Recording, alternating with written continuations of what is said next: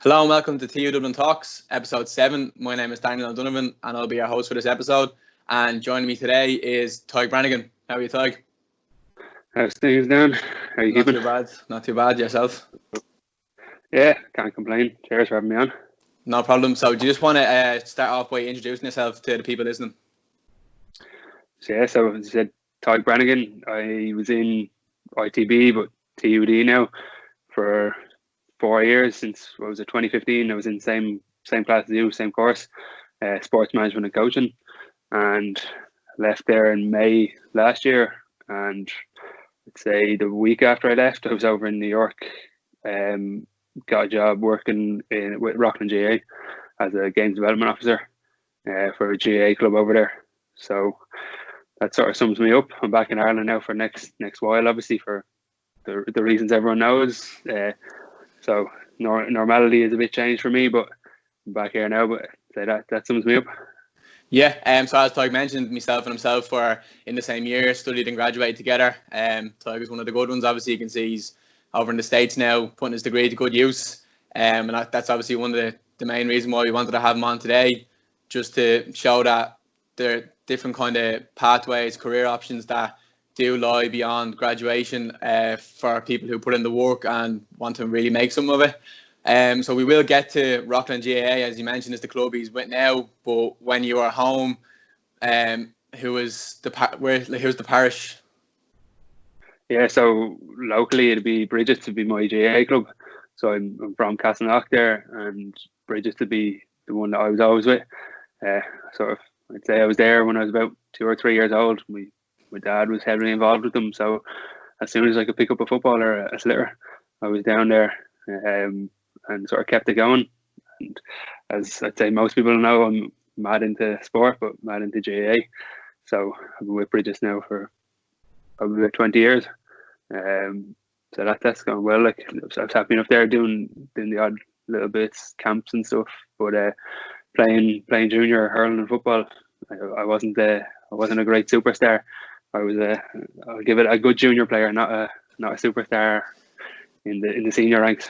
I don't think I had the dedication. You've had your successes all the same, didn't you? Just a couple of league cup wins and stuff like that along the years. No, true. Like growing up, we always had good teams and that. We always won the odd little bits. But I probably didn't have the dedication to go and make a career in senior. I'd happily stick to my junior, bit of crack with the lads and stuff. Fair enough. Keep it going like that. You can always win stuff in that, so I'll take that. Yeah, and obviously speaking of winning stuff, so Tadhg would have represented us in hurling when obviously we would have come in. It was IT Blanchardstown, and then in our final year the changeover officially happened to TU Dublin. But there was we're fairly handy at the sevens though, aren't we? Yeah, so as you know, it's more a soccer college, so GAA it was hard to get people playing it because the ones who come in our sports course would be like the soccer focus. So 15-a-side hurling, we struggled to get lads, but we had a good sevens team with a good solid 10 players who'd do well for us. We got 2 All-Irelands out of it. People might say sevens doesn't count as it, but I'll take it. It all counts to me. So we did as good as we could, considering like obviously it's soccer focused, and like the main soccer lads will come in. GAA, you'd go to your DCU or wherever, but I think it's coming up, or it's changing a little by little. Winning and stuff like that helps. Yeah, I think I know like you've obviously left and now I'm still here, but for the first time since I really remember, we have some GAA scholars this year. Do you know what I mean? We have some female. Dara, who was obviously would have been there when you were there. He's on the men's Gaelic team, and then we have the likes of Emer Canty, who was at the women's Gaelic team, and Aoife and Emma Heffernan, 2 sisters who've come in and played camogie for Dublin, stuff like that. So I think we are, like, obviously we have the facilities, we have inter-county standard GAA pitch up there, and all the stuff you could really want to. And we obviously have the Dublin underage squads training in the evenings, boys and girls. We've obviously hosted the Dublin senior ladies match that time not so long ago against Galway in the season opener, which was great. So obviously, like I said, there is a lot of soccer students that would come in. That's just, I think it's more so down to the kind of the demographic of Dublin itself. There's just so many clubs, like you're bound to get that. But it's nice to see though that the GAA's kind of getting a bit of a resurgence, because obviously there's a lot of good players, men's and women's squads that put the time and effort into playing. So hopefully it keeps going. Yeah, I think little by little it'll take over. Hopefully it'll take over the soccer. We'll push you out for a while. Now. Yeah, so like we said, myself and Tadhg had graduated together in November, and like you said, then very, very quickly after, you were straight over to the States, but you'd been there a couple of times beforehand, haven't you? Yeah, so probably, what was it, 2017, 2018, the 2 summers then, I would have been, it'd be first year and second year in college. I sort of had a decision. I could either do your typical J1, go over and do bar work, whatever, and sort of, in my eyes, waste the summer. Whereas I tried to look at it as I can go over, have the crack, do all that, but sort of build up contacts, and contacts will be a big thing, I'd say, throughout this conversation that I'll emphasise with. So like I went over, got in contact with New York GAA, did different camps there with them. So be working on, like, say over the summer, you'd be at maybe like 8 or 9 different camps, just building up different contacts with that. Then I would have, myself and Mickey, who is now New York development officer, we went over at the same time doing similar sort of stuff. We took the Premier squads, so they're like the U16, U18 for that age, like for GAA there. There's a big tournament in July, August, CYC. So it's the big one for underage. So we went there with that team, and you play against San Francisco, North America, and an Irish team, and we won that. So between all that, I sort of spent the summer coaching while obviously having a bit of crack, as your usual J1 is. Yeah.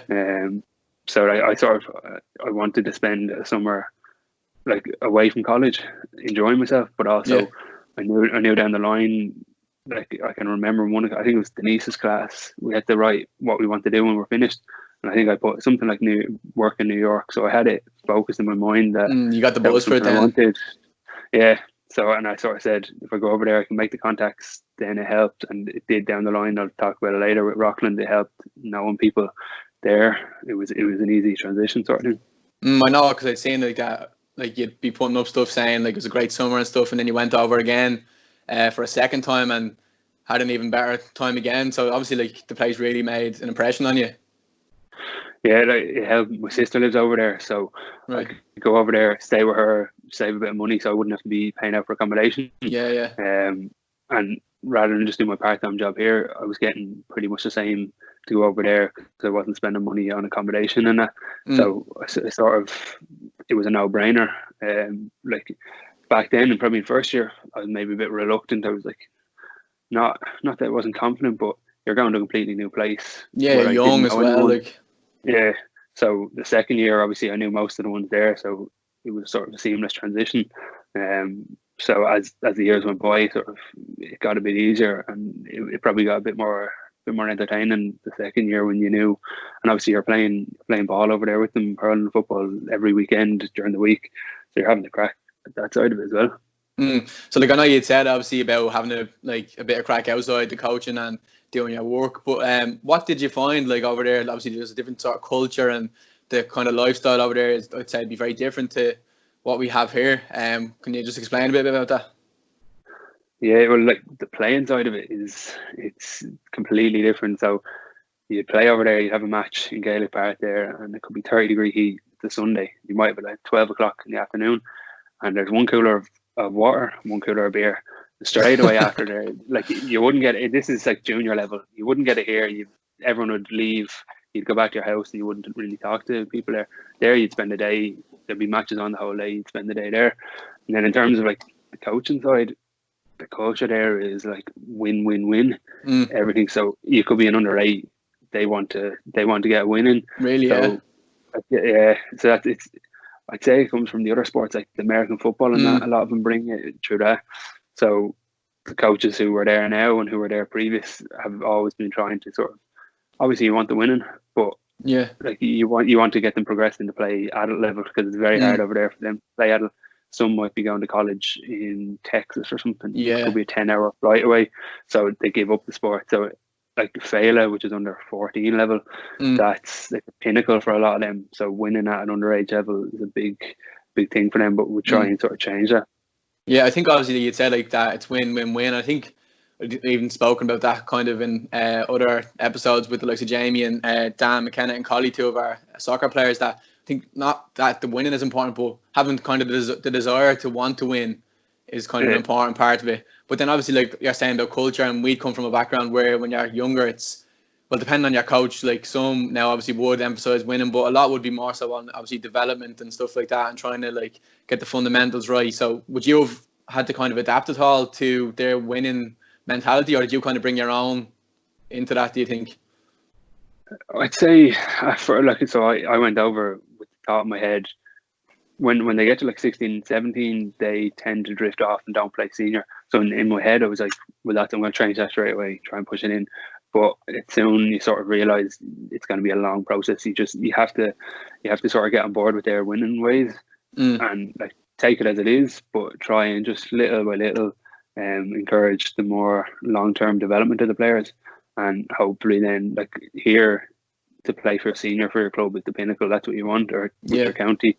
So it's trying to sort of show them that that's what we want for them, and to play for New York, because New York, they don't have the best record in the championship, but they still play each year. So they would have been playing Galway in about a month's time now. So that's what you want. You want to see the young lads getting up to playing in Gaelic Park in the championship against like the stars of the Irish stars in it. Definitely. Now obviously, like you're in America, it's a very kind of culturally diverse place. Would you be getting, would it be mostly American kids, or like kind of teenagers, or is it a bit of a mix? Would you get much Irish in, kind of stuff like that? So where I am in Rockland, it'd be a lot of Irish who, like, the parents would have went over about 20 years ago, and have done well for themselves in construction and different areas, and have set up businesses there that are doing well. So they've moved to places like Rockland and that, so their kids would be American, but with Irish background. They're now, little by little, there's clubs, and our club as well, are coming in with all American ones who've no Irish heritage at all, which is what we love to see. And then some heritage from like completely different countries outside of America and Ireland, which again is brilliant. Like, it's good to get American ones in. Obviously they mightn't have the touch or the skill that an Irish person has, but their background in basketball, American football, all that, they're all athletes, a lot of them. They can run, they can jump, they can play. It's just getting used to picking up a ball and stuff like that. Yeah, I'd say it is quite tough, because they have so many of their own national sports like that. That everyone kind of gets brought up playing the same way. It'd be us. It'd be a Gaelic, and it'd be your soccer more so than anything else. I'd say it's tough to, like I was saying, to try and integrate people across and entice them into something where they're not really used to growing up around. Yeah, like here, you're probably playing 3 sports maximum: rugby, soccer, GAA, something like that. They're playing 6, 7. So you're trying to fit Gaelic in. A lot of the time they're focusing on scholarship. So when they're 15ish, they'll be looking, if they're good at lacrosse, basketball, whatever, they're looking what college is going to take me. So GAA stuff to get put on the back burner. So you're trying to sort of show them at a young age how you can bring them up, and how Gaelic will help their American football and whatnot. We have one guy, Pat Murray, in the club. He was, I think, one of his clubs anyways, Tampa Bay Buccaneers for the NFL. He was a kicker for them, but he's played GAA all his life, and he's one of the ones that promote the, like, play every sport you can. GAA will help you. It's a physical sport that will improve your basketball, lacrosse, whatever it is. So it's trying to make the American parents aware of that. Yeah, I suppose that's what kind of a lot of the studies are kind of bringing out and saying now, to leave your kids into as many sports as you can for as long as you can, before, like, kind of getting rid of early specialization, and not rabbit holing them into one kind of skill set. And it's good, obviously, that you can play your part in that. It's kind of, you're putting your own stamp on the culture. I think you can say, like, obviously now most Americans will claim Irish heritage and stuff like that, and say I'm 1/25th Irish, like, you know, yourself, but like to actually get the, like I said, putting your own stamp on it, and doing it kind of the right way, obviously the way you would have been coached coming up, and like I said, trying to focus on, obviously you want them to win at some stage, but to get them to be good players and probably good people as well, as that obviously the personal development is important. Yeah, so like you're looking at it in the way that a lot of them, I always see that they come to you. If you're a coach there, you could be their only role model. Like they might have been brought up in different ways, depending on where you are in some of them clubs. So you've got to make an impression on them, and some of the kids at first are frightened of GAA because they've never heard of it. So you're trying to make them as at ease as possible, show them that it is this sport that we want them to get and play in, that they stick with it long term. And then it's also, you're trying to show the parents, the American parents especially, obviously American football, there's so much studies with, say, concussion, long term like brain damage in there. So you're showing them like Gaelic can be this sport where a lot of them want the big hits and all that. They love that. That's just in their nature. So you can show GAA, you can get that same physicality. Yeah. Minus the long term. Yeah. Brain damage. Yeah. So you're trying to show them like that, and just different ways of talking to them. I found since going over there, it's completely different than what you'd be trying to sign people up here. You just have to word it differently and stuff. I suppose that's obviously, that's kind of going to help you trying to word your way around these situations and how to kind of sell it to them a bit better. Like the more you kind of deal with it, the better you'll get at it, and you'll get your, obviously you probably have your spiel by now, what you say to everyone, so you have it worked out. Yeah, you get that fairly quickly. Yeah. So I was going to say, like you mentioned actually lacrosse, and like obviously we have hurling, that's our national sport, and you call it like a bit of stick fighting and all, like obviously that's what we'd say to use. But they've got baseball and they've got lacrosse, which would be two like stick sports over there that they'd be more accustomed to. And like you had said, I think the transferability between sports, trying to get people in, saying like if you play hurling, this can help you with your baseball, with your lacrosse, like hand-eye coordination and stuff like that. Yeah, so we set back up the adult team there, and we got a couple of baseball lads and a couple of lacrosse lads who'd never played before. And you nearly, it's not that you want the lacrosse ones, but the lacrosse ones are better ones to get because they're used to running with the ball and striking it. Whereas baseball, you see them, they'll run, they'll stop, they'll take a big swing. So they find it a struggle. But once you take their time with them, but say lacrosse and ice hockey or field hockey there, they're another one that they seem to pick it up really quickly. Between the hits and the actual running and the striking, the crossover is easy. I know they've started hurl lacrosse, so a hybrid of the two games. Right. They've done a few little sort of mock-up games in different places. I think they had it in Crow Park a few months ago. So they're trying to get more lacrosse people to take part in GAA. And that's something that we've been looking at for a while now. Yeah, I think it's good. Obviously, you see the kind of the transfer between Gaelic players and the Aussie rules. Like a lot of them will go over, county players will go over and play in the off season and stuff. So why not make it that way with hurling and lacrosse, like or baseball or whatever? Yeah, like you may as well make the most of it. If you can play one, you can play the other. It might take a while to get used to. Yeah, definitely. Now, I remember playing GAA. I played Gaelic and played hurling when I was a kid, and I'm terrible now at hurling. I could barely hit a slur like 10 out of 10 times. I probably hit it twice. You know what I mean? But I did actually, like when I was younger, it wasn't great, but like really enjoyed it. But I would have been your typical kind of, was always kind of, it was football first, and then I got to a point where I was probably about 10, 11, and I was like, right, I'm just going to play the football now. But it's in hindsight now, and you look back and you have the knowledge, and it's like, well, if I had stuck with the Gaelic and the hurling, probably could have benefited me in other ways. Yeah, like that's 100%. You're like, why restrict yourself until you're 14, 15, when you're probably getting into like the sort of exams and that are important? Why restrict yourself and play everything? The parents won't mind dropping them down. I've seen that. The American parents especially, they don't have a weekend anymore. They're just from 9 o'clock till 9 in the morning till the evening. They're dropping people at all different sports, so you may as well make the most of it. Like. Yeah, so now obviously we mentioned you're with Rockland GAA as the games development officer, and obviously you'd done a bit of coaching with them. That was obviously your introduction to them when you went over during the summers. But how did you then get to the point of now you're actually working there? Yeah, so I did a couple of camps with them the summers that I went over there. So I knew the development officer before me, Owen. He's one of the leading guys in GA and in child development now. So I kept in contact with him and sort of been following him. And then he knew I had a plan to come out here and do something. So he was leaving it was roughly like April time. He was planning to leave back to Ireland. So he got in contact and said, this is coming up. If you want to prepare for it, the job opportunity there.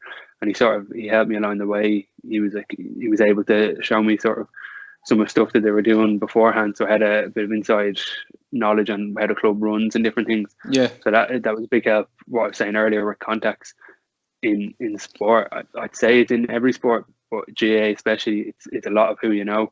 So if you can keep in with everyone, and I'll probably touch on it in a while, would say even their lecturers, just as a word to help, like just say when I went over there, Ash, who was development intern there before you, she's with one of the clubs in Dublin now. So I was able to just send her a text. Yeah. So I was able to just send her a text if there's anything that I sort of just want to run by, just another voice that might have a different idea, you know, and like the GDOs and that, it's a small environment, so everyone will help each other out. Yeah. And like, so that was how I got in with Rockland. It was through knowing him. Obviously I went for the interviews and that and passed them, and it was a bit of a weight off my mind. I got the job in about April time before the exams happened and all that. Yeah.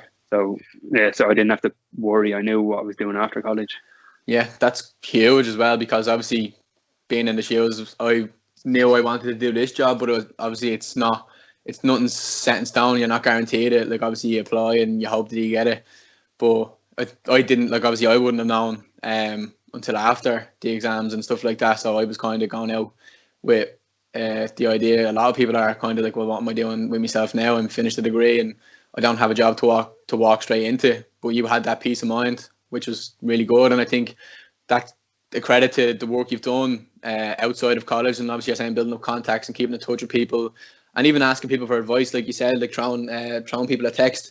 Like it's so easy, but it's so overlooked. I think some people, like, not that they're nervous, but they just kind of like, oh, I don't want to be bothering someone asking them questions and stuff like that, or they might not get back to me or something like that. But it's like yourself, it gets you information that can help you further along the line. Like, yeah, like what's the worst that's going to happen if I send you a text and you don't reply back to me? Exactly, you're in the same place you were. No harm. And like what I've noticed that coaches now, maybe a few years ago, it was all, I'll hide all my secrets away on my training and that. Now everything's on Twitter and all that. They're showing everything, so they're more than happy to help. Especially a young lad coming in, like they've all been in this situation. So I'd hope in 10, 15 years that I'd be able to help someone who's coming in. Where's the benefit of not doing it? Like, exactly, you may as well. Yeah. You'd mentioned obviously like that. I know you're saying that they're keeping in touch with people and kind of learning new stuff. I'm going to use the word upskilling because you're very good at kind of constantly upgrading yourself. I know you go to a lot of conferences and stuff like that based on sport, and obviously Gaelic and hurling, kind of more specific ones. But just can you bring us through one or two kind of the bigger ones that you've went to and kind of the benefits that you took from it? Yeah, so say the good thing with Rockland is December and January time, no GAA happens there. So I was able to come back in January. There's GAA conference happens every year, and I think it's the biggest sports conference in Europe. And when I say GAA conference, all the other sports will probably think, oh, I won't listen to this now. But there was Chris Vander, I think it's Hagen is how you pronounce it. He's the head of Belgian Football Association. Right. So he got the likes of De Bruyne. He started with them when they were young players and brought them all the way up and at the pathway of that. So I was able to listen to him. You had Des Ryan, his Arsenal, the academy with Arsenal. So they had the likes of them doing the conference. So you're picking up little things. Obviously, there's GAA ones there, which would be my sport. But I'd say don't limit yourself. If you're, say, for the students there now, if soccer's your thing, don't be going, well, he's talking about GAA, his training sessions, GAA. You can pick little things from everyone. There was the DCU conference in January as well. That was like, there was 5 or 6 different people at it. presenting, like Stuart Lancaster, who's the England rugby head coach, or he was, and he's Leinster now. There was Brian Cullen, like some of the highest names. And then even just at that, I bumped into, say, John Byrne, Ronan McGann, who were two of our lecturers. So it meant that I was keeping in contact with them as well. So different things like that. So I'm learning from the conference, and then I'm able to like pick their brain as well. And then like the amount of, say, webinars that are happening now with this virus and stuff, like the GAA every Tuesday and Wednesday are hosting one. I'd look to get into, like Stuart Lancaster's on next Tuesday. Stat Sports, I seen there, I signed up for one. They have like 4 of the top sports performance guys are on doing it. These are all free webinars. You may as well tune in. Like you won't get that opportunity again. And even the conferences I went to in January, they're all cheap enough. Like you may as well go there, and you're bound to pick up a few different things. Definitely. And even like you get talking to people and networking and stuff, like you mentioned, it's just so important. Build a bit of contacts. So in Rockland, they're part of Connacht GAA. So since being there, I've met a lot of like high profile ones that work for the GAA now. Just say a couple of weeks ago, we had our tutor training course there, so I can give like foundation course, level 1 course in that. But I met 2 lads who I'd never heard of before, but they're high up with Connacht GAA, and I'm sure if I was to send them an email now looking for any advice or something, they'd be more than willing. So it's a big help to get to know as many people as you can. Yeah, 100%. That's one thing I've kind of this year in particular, I said to myself, like, I'm going to have a right go. Like I use the example of people kind of not reaching out sometimes, and that would have been me a couple of years ago, maybe when I was kind of younger into the degree and stuff. I kind of like try and figure out things for myself, but now I'm in the like definitely in the mindset where you're saying that, like, what's the worst if you ask them the question, they don't answer, or they say no, you're in the same place you were at the start. And even the likes of LinkedIn and stuff been like definitely making the most out of that, like making connections with like-minded people and things like that. The conferences you said, like, obviously that's really good, and like you're saying, things that might not be directly your sport, but there's still like so many sports are like there's transferable skills and components to them that people can pick up on stuff. And obviously, before you're saying for recommending students to do, like if it's webinars or if it's actually going to a conference and we're able to go outside and stuff, that it's so much of this stuff is like relatable to your course. Like you said, stat sports, like performance analysis all over, like, you know what I mean? But like the big thing with the students who are in Blanch there, you've got are both still up there and so you've got them. Even if like when Leitrim were training there, it's a GAA, so I'd obviously be GAA. I was helping them out with their gym program, but I'd stay around and I wouldn't intrude on their training sessions, but I'd just stand at the back, just look and see if I can pick up anything. Same if both were training there. Like the place they're training is an open area. You can just stand, look in the window above, and take in, if you can take in little bits from them. Like it's not a big secret, but you can pick up little things. Yeah, you just have to hope that Keith Long doesn't see you staring at him out the window. Oh well, you can camouflage in or something, yeah. But you're right, and there is plenty. There's actually has been a handful of students, like the likes of Ryan McKittrick. He's involved with Dublin girls underage teams, does some S&C stuff with them, and I think he does a bit of analysis. And then Colin McCabe, who was on an episode previous, he was doing goalkeeper training with Cavan and Leitrim for a bit as well. And these are obviously all based on the Blanchardstown campus, and they're taking advantage of the teams, like you said, that are on site during the evenings training. I remember when we done the applied performance analysis assignment, when you had to go and get a team, myself and Naz went to Keith Long, and that's Keith Long is the Bows manager for anyone who doesn't know, and just asked him, could we do our analysis on Bows? And he was like, yeah, no problem. They already had an analyst, but he's like, he does this stuff, so we'll get you to look at this stuff. And that was great, like, because obviously myself and Naz working as part-timers would have dealt with them anyways. Like, so you'd see them 2-3 times a week. And they're more than, like, people probably think like, oh, I can't go up to the Bows manager and ask him to kind of record his team. He'll definitely say no. But like, these people are more than happy to oblige, like, because it's a two-way street. Like, obviously we'll get the experience, and then they get the data or whatever it is that you're doing for them. So never be afraid, obviously, to reach out like that. You wouldn't know what you might get on the other end. I want to speak now just a little bit about, go back to Rockland. Obviously, it's a new experience. I know you've been there kind of a couple of times for the summer, but now you're proper in there, and you're the games development officer, and that's your role, and you're obviously taking that very seriously. But you seem to be doing quite well. I know you were gifted with a pair of signed pair of Cluxton's gloves from the club. How did they get their hands on them?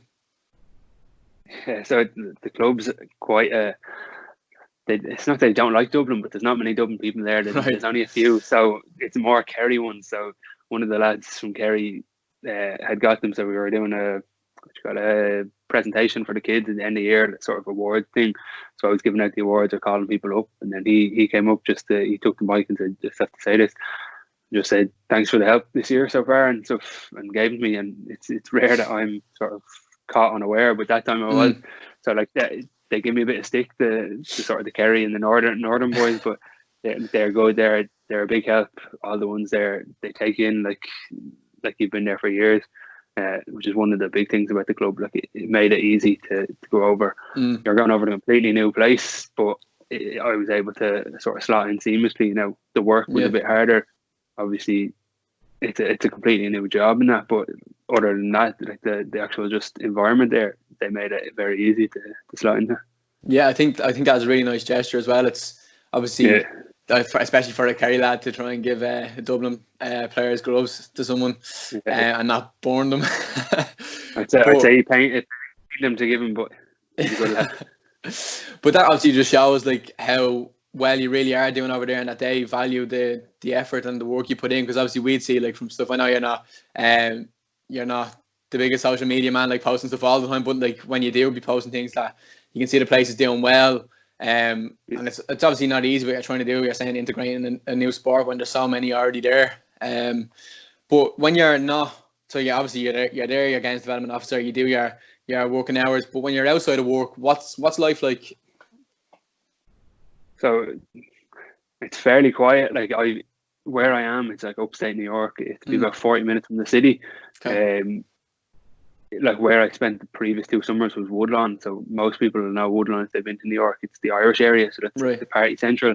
So I'm away from that, but my sister lives down there, so I can sort of separate myself. And like I'm sort of trying to get into other sports there, just to learn a few bits. So like there's baseball near enough me, different things like that. So it's more just sort of chilling out and going around and seeing a few different things.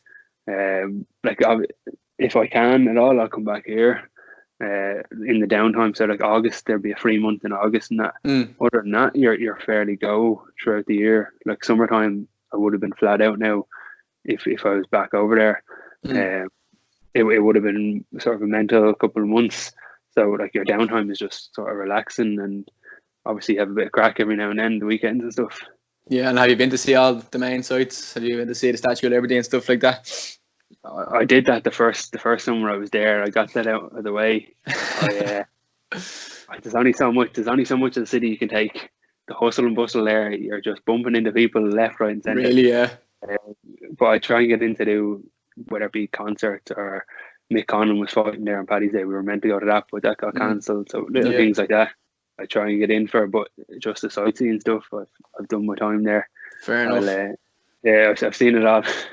It's nice though that I think that you have your sister there, and obviously we even just kind of compare and contrast it with Dan and Colin. We are speaking about them going to live in England and Scotland and playing football professionally as kind of, I know they're a bit younger, kind of 16, but they're going over to live with different people, like strangers in a sense, whereas I know you kind of have it like a bit of home with you in the shape of your sister. Like, that's nice.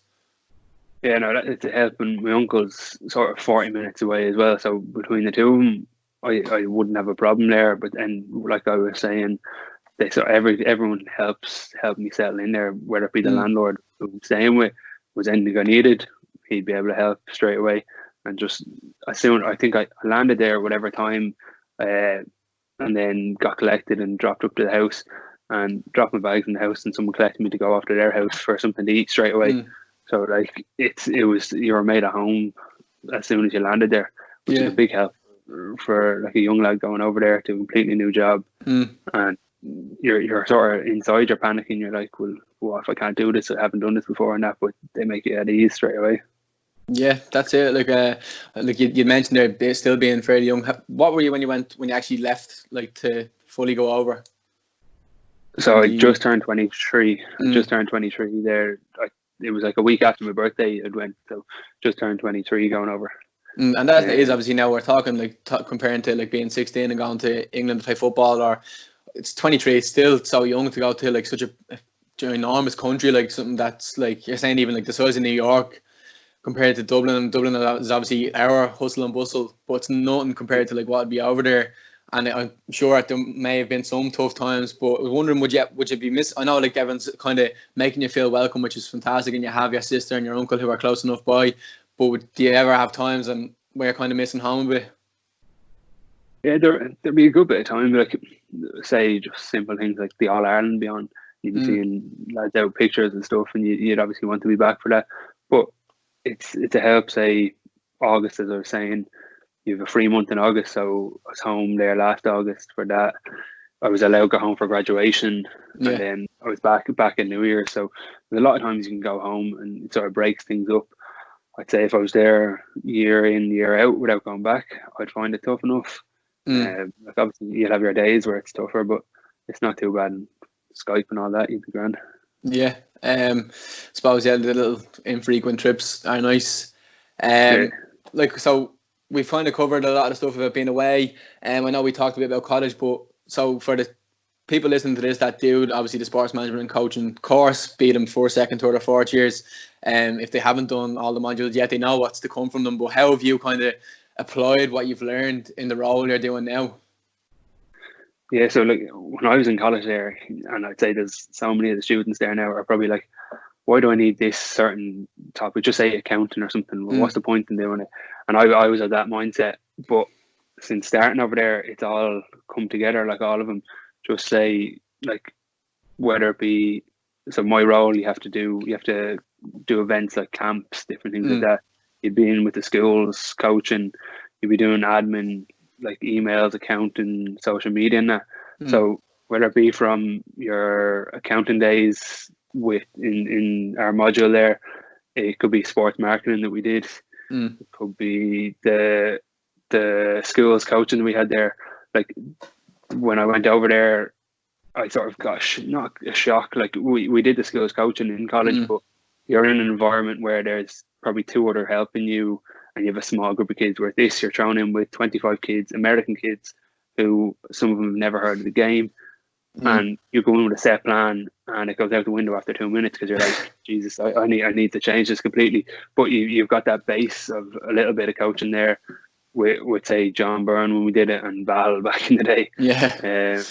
And then say, like we just started up before this started all up with the virus, and brought the U16s to the gym to do a bit of personal training with them. So whether it be like with John Barry doing LTID or with our personal training course and stuff, like you're getting little snippets that will help you do this. And then obviously I did the event for my fourth year project instead of thesis. That was probably the biggest thing that helped, because you're learning, you're getting like nearly like an internship with that. You're learning how to deal with companies. Like I'd say me and Dan, who did it, I'd say we sent about 200 emails, calls, letters and everything, and we got about one reply looking for sponsorship and that and different things. So like it sort of opened your eyes to how tough it's going to be. But say running summer camp was a little bit easier when you've done all that and you've put it all together. And even say with like our elite coaching that we did last year, you're learning about behaviors of coaches and like how to coach and different things. So you're able to bring that to them as well. And then from just presenting skills, because I'll be standing up in front of all these coaches throughout the year, so you're not as sort of shy. Like a first year when I started there, I couldn't have stood up with the people, but now it's grand and all. Like, and I think that's one of the things. Like for some people is the making of the course, but some people at times question like how broad it can be at times.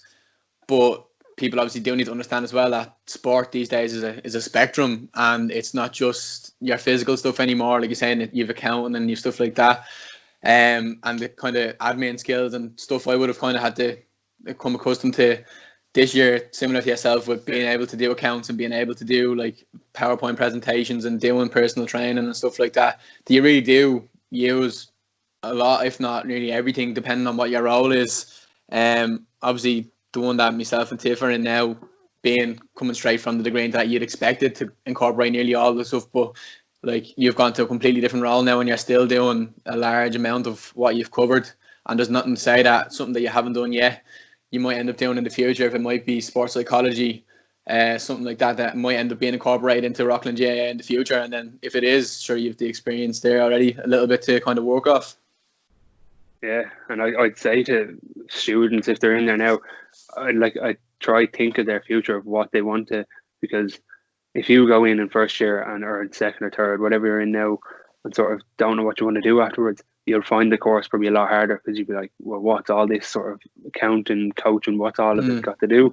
Whereas if you know that you want to do the internship like you do or something like that, at least you can go, well, he's doing the internship, he has to do the accounts, he has to run events there, he has to set up different things, so I can sort of take from it, which might make it a bit easier for them, rather than just looking at it where you have, say, 8 or 9 modules a year and thinking none of these make sense, they don't sort of work together, why are they thrown in there? But if you look at it, if you can have a focus, it helps a lot. Like, it helped me that I knew this is where I wanted to go eventually. Sort of, I wouldn't have been great with college, like assignments and that. It's just not my thing. But I knew I had to get through it to get to where I am now. Yeah. No, I know you're saying it wasn't really your thing, but I remember very well that like you were always on the money with getting things done, and like things were always done on time and stuff like that. And we'd be talking to each other, and there'd be an assignment due on the Friday, and it's Wednesday, and I'm only at the starting it, and you're about to upload it, and you used to be getting stressed out for us, being like, oh, how have you not? But that's like obviously something that like, and a lot of students would be like that for certain parts of, or maybe for a whole time they're in college, but that's something that you do need to grow out of at some stage and start like really getting on top of things. And that's obviously something you had the whole way along, and you could say that you don't think you were too great, but I would have said you were one of our better students, and without even putting in the hard work that you did, that just adds to it completely, being on top of things, because some people are really good at doing assignments, stuff like that, and like get good results, but they might not do it in the most efficient way, and like saying you're kind of leaving it to last minute submissions and stuff like that. But you make life so much easier for yourself, just kind of tipping away at it bit by bit and getting it done on time. Yeah, so it's sort of, if you can get in that frame of mind early on, it sets you up. So say just, I don't know, whether it be camps here, so we'd have 200 kids doing the camp, so I have to get out the flyer, do up the flyer, set up the online booking system, and make sure we have those 200 in at a certain date, so I can send off the sizes to O'Neill's or whoever is ordering the gear, so that it gets in for this date. So if you're of that mind now where it's a Thursday evening and it's due tomorrow on the Friday, if you bring that then into your working life, it's going to be hard to sort of switch that around quickly. So that if you have 200 pieces of gear to get sent off to O'Neill so they can send it back 6 weeks later, and you're doing that a week before the camp, obviously it's not going to work out that sort of way. So I was lucky with that my frame of mind is try to get everything done as efficient.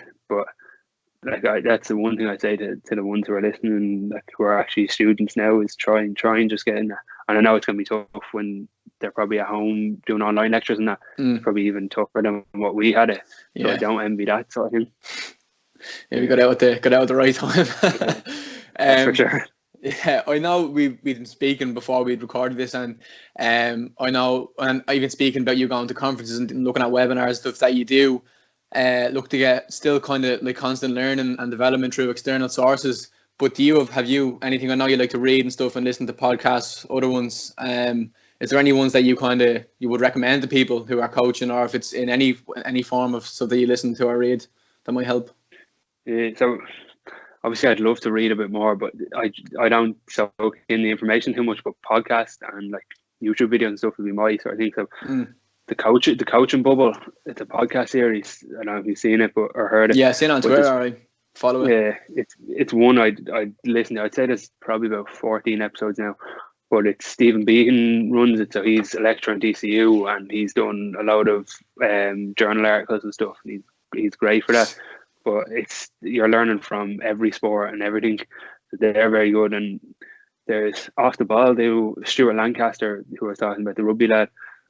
He's got a series on Off the Ball. I think it's like 8 episodes now. But he interviews not just sports people, but I think he had, like, say, the head of Vodafone Ireland. And it's about leadership and stuff. So, like, when you're obviously a sports person, you're probably thinking, well, I just need to find out what Johnny Sexton's doing. But you got to realize that you can get coaching advice from someone who runs a company has to run people. It's how they deal with different people. So the Stuart Lancaster one's great. And then like the GAA Learning Portal, it's an online website the GAA have, but they put up all from the seminars that I went to, like the GAA conference. They have all of them videoed and put up there. So if you don't want to go to it, they all get put up there so you can watch them back and stuff, which is a big help. Like obviously you'll never take everything in when you're there, so able to just go back and look at that. Like if I'll send them on to you if you want to throw them in the description. That for anyone. Yeah, do. But I'd advise people, like especially this time when you've got a bit of downtime, just go out for a walk within your 2 kilometers, whatever. But throw on one of them and just see if you can take anything in, like just little nuggets in it. Because you'd be surprised what sticks with you. And I know there's one that I really like listening to. It's called the Real Science of Sports podcast. I don't know if you've heard of that one. If you haven't, give it a look. It's very good. And they're two, is it Australian or something like that? They're from somewhere like New Zealand or something like that. But one of them is a sports scientist, professor, is Ross Tucker, and then there's a fella. He's a veteran sports journalist. His name's Mike Finch. I might get their names mixed up, but that's their 2 names anyways. But they cover loads of stuff, and sometimes they get real sciencey. But because the other fella's the journalist, you get the science fella kind of breaks it down for them, and they talk about like they don't want the science of perfect training, and it's just kind of like how to structure training program stuff to kind of to get the best out of them. They give good examples of different sports, and that's like say listening to something like that could help you with your program design module and stuff. Like you pick up little bits of information completely. But yeah, I'd even say just everyone's on Twitter now. I'd follow people, even the lecturers. So I follow, say, like Denise, John Byrne, Ronan McGann. They're always putting up different things, whether it be job opportunities or articles they've seen, different things. It's always good as well if you're following them that you could throw them just a message if you need any help and all. But they're all putting up good stuff along with so many other people. So like something as simple as that, everyone's scrolling through their phone. If you just scrolling through and see something that comes up and you can take that bit of advice in there. Definitely. Well, Tadhg, thanks very much for giving us your time today. Really, really appreciate it. And telling us your story, because I think you're a good example of what where the degree can get you if you put in the work and really want to make something of it. Yeah, no, appreciate it. Cheers for having me on. And keep up the good work you're doing in the internship there. Yeah, do our best. And thanks for the little resources and stuff. We'll stick them in the link in the description. For everyone that's tuning in, thanks very much for listening. We'll be back to you again soon with a brand new episode. And thanks for coming to this Tadhg Talk.